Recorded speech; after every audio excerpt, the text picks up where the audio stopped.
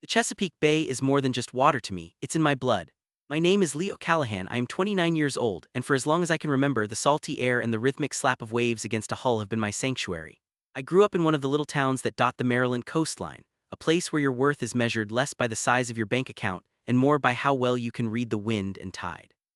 I make a living fixing marine engines, a greasy but honest trade that keeps me connected to the boats I love. My hands are perpetually calloused and stained with oil, but they know their way around a diesel engine in the dark. The real magic for me, though, isn't in the engine room, it's on the deck, with a tiller in my hand and a sail full of wind above me. For the past few years, my home away from home has been the Tidewater Yacht Club. It wasn't one of those stuffy, old money places where you need a pedigree 3 generations long just to get in the door. It was a community. We were a mix of weekend sailors, seasoned old salts, and families trying to pass on a love for the water to their kids. I paid my membership dues like everyone else, but I spent most of my time volunteering. I crewed on racing boats when they were short-handed, I operated the safety boat during regattas, and I worked as an assistant sailing instructor for the youth program. Seeing a kid's face light up the first time they catch the wind just right, that's a feeling no amount of money can buy. I had finally saved up enough to get my official Royal Yachting Association dinghy instructor certification, which meant I could take a more central role in teaching. The club felt like the place I'd finally drop anchor for good. I dreamed of buying a modest keelboat, something I could keep in a slip there forever and just become part of the fabric of the place. Last year I took a big step toward that dream. The club was upgrading its fleet of training dinghies and they were selling off the old ones. I bought a Laser Pico, a tough little plastic boat, for $50. It was a steal.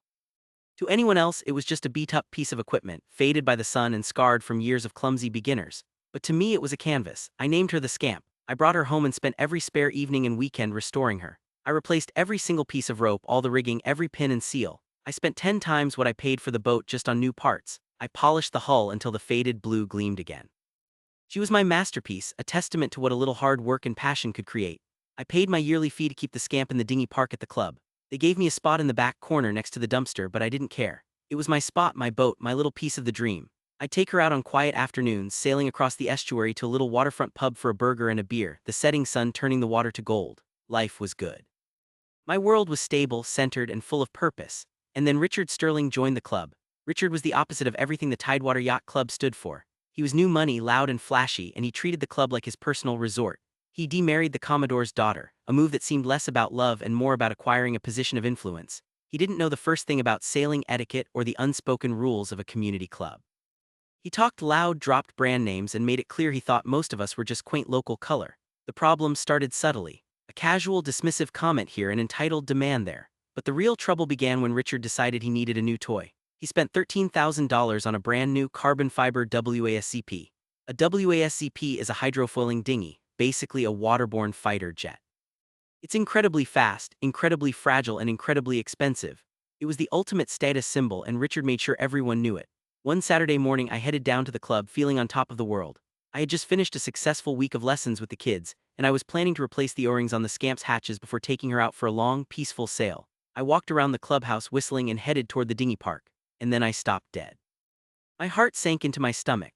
My spot, the Scamp's spot, was a disaster zone. Piled on top of my beautiful, lovingly restored boat were 3 heavy-duty steel boat trailers, the kind used for the club's new training dinghies. They hadn't been placed there, they'd been thrown. They were tangled together in a mess of steel and wheels, their full weight crushing the deck of my boat. A long, ugly scratch ran down the side of the hull, a deep gouge in the plastic I had spent hours polishing. I felt a surge of hot, white anger, the kind that makes your vision narrow. Imagine pouring your heart and soul into something, your one prized possession, only to find it treated like a piece of trash. I stood there for a full minute just breathing, trying to calm the storm inside me. I looked around. The only open space big enough was on the other side of the yard, by a large construction dumpster we used for club renovations. Richard's gleaming new WASCP was sitting pretty in the spot where the trailers used to be, covered in a fancy, custom-fit tarp. The picture became painfully clear. He needed space for his new toy, saw my humble boat in the way, and had someone just dump the trailers on top of it without a second thought. My boat didn't matter. I didn't matter. I spent the next 20 minutes wrestling the heavy trailers off my boat one by one. I dragged them across the gravel yard, my muscles straining, and leaned them carefully against the side of the dumpster, making sure they weren't blocking anything. I inspected the damage to the Scamp. The scratch was deep, deeper than I initially thought. There was a spiderweb of cracks around one of the mounting points for the rigging. My heart ached. The physical damage was bad, but the disrespect was what truly cut me to the bone. That afternoon, I started working to solve the problem. My first step was to find out who physically moved the trailers. I found one of the groundskeepers, a guy named Dave who I'd always gotten along with. He was evasive, looking at his feet. He mumbled something about being told by the Commodore to make space for Mr. Sterling's new boat. He wouldn't make eye contact. It was clear he was under orders and afraid to say more, so I decided to go straight to the source.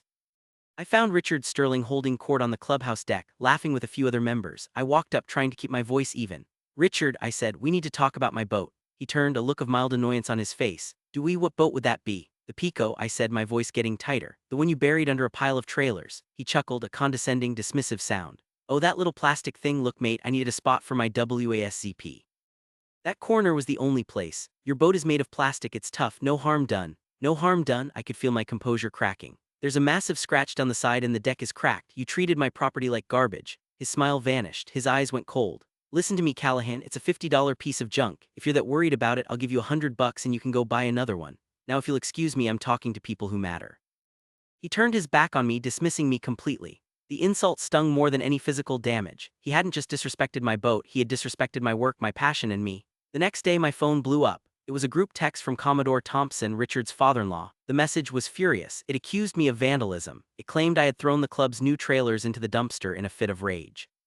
It even suggested I had intentionally dragged a trailer across Richard's brand new WASCP. I was stunned. I texted back immediately, explaining exactly what I had done, that I had carefully leaned the trailers against the dumpster. I explained that they had been on my boat first. The responses were a flurry of accusations. Other committee members chimed in. They called my story a fabrication. Then came the ultimate lie.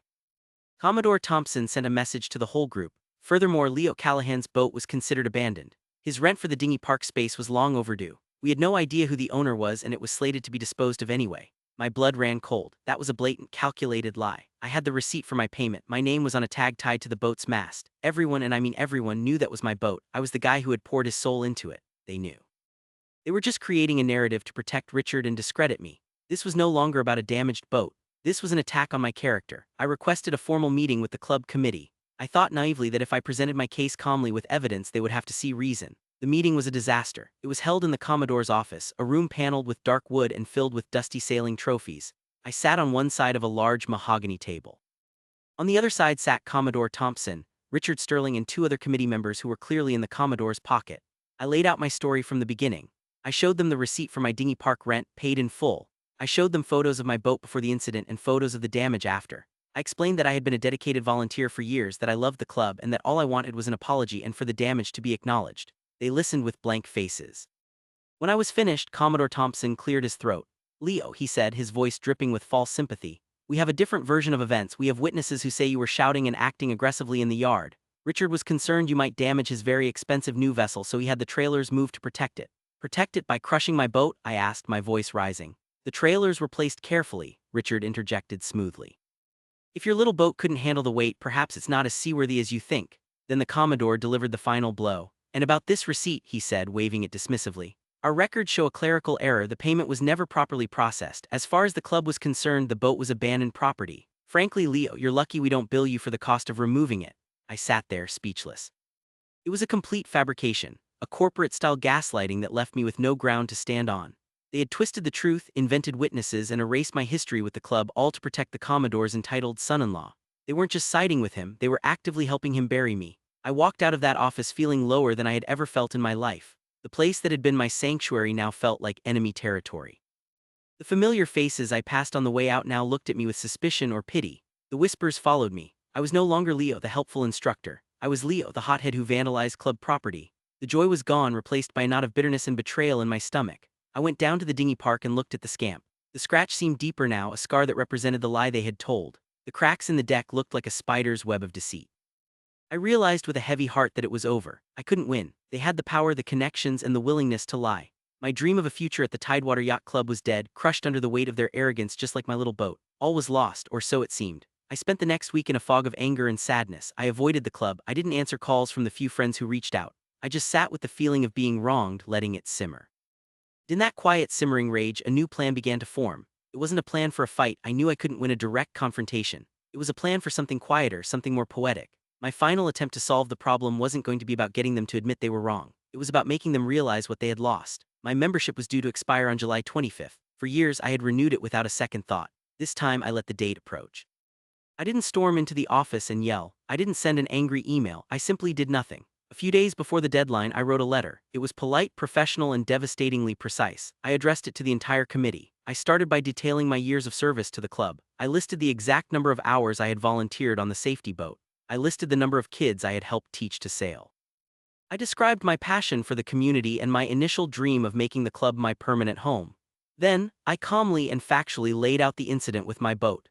I described the damage, the dismissive attitude of Richard Sterling, and the subsequent meeting where my character was assassinated, and my contributions were erased through a series of easily disproven lies.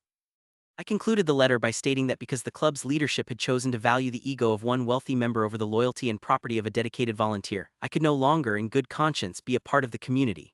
Therefore, I would not be renewing my membership. I signed it, put it in an envelope, and dropped it in the mail. The next day, I put an ad online for the scamp. I listed her for cheap, as is, with a full disclosure of the damage. A young kid and his dad came to see it that evening. The kid's eyes lit up the same way the student's eyes did at the club. He didn't see the scratches, he saw adventure. I sold her for $100 and threw in a life jacket and a book on sailing knots. Watching them trailer her away felt like a funeral, but also a liberation. I no longer had anything tying me to that place. The climax of my story didn't happen with a bang, but with a slow, creeping silence.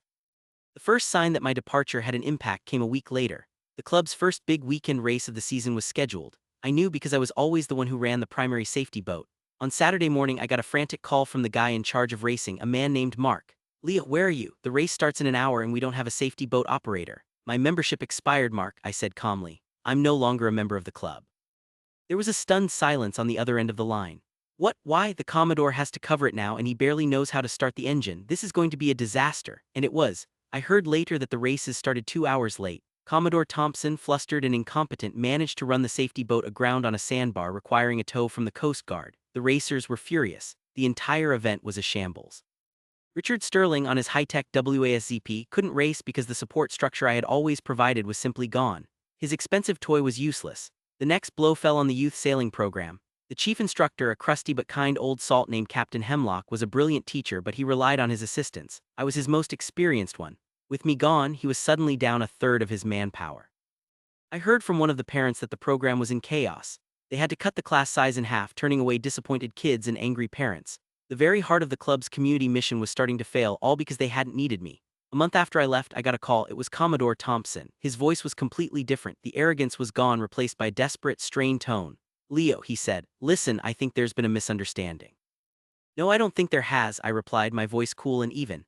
"We need you, son," he pleaded. "The racing program is falling apart. The youth program is a mess. We need you back on the safety boat. We need you back teaching." I let the silence hang in the air for a moment, savoring it. "That's funny, Commodore," I said softly. "A month ago, you told me my boat was abandoned property you were going to dispose of. You couldn't even be bothered to acknowledge that I paid my rent. You and your son-in-law made it very clear that I didn't matter. You made your choice. You decided who you needed and who you didn't. Now you get to live with it." I hung up the phone. It was the most satisfying conversation of my life. My new normal is quieter but better. I took my skills and my passion just a few miles down the bay to a smaller, less pretentious club. It's more of a co-op really, where everyone pitches in. When they heard my story, they welcomed me with open arms. They valued my instructor certification and my experience. I'm helping them build their youth program from the ground up. I even found another old boat, a forgotten sunfish this time, sitting under a tarp behind their shed. I'm already sanding her down, getting ready to bring her back to life. I found a new home, a better one, a place where community and respect mean more than money and status.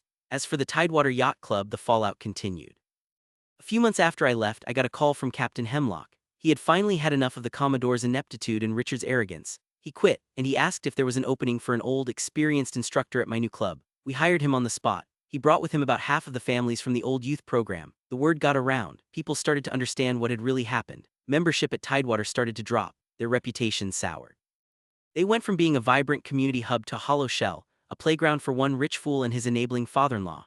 They didn't need me, they said. Turns out they were wrong. They needed the spirit I represented, the spirit of community, of volunteerism, of passion for the water over passion for status.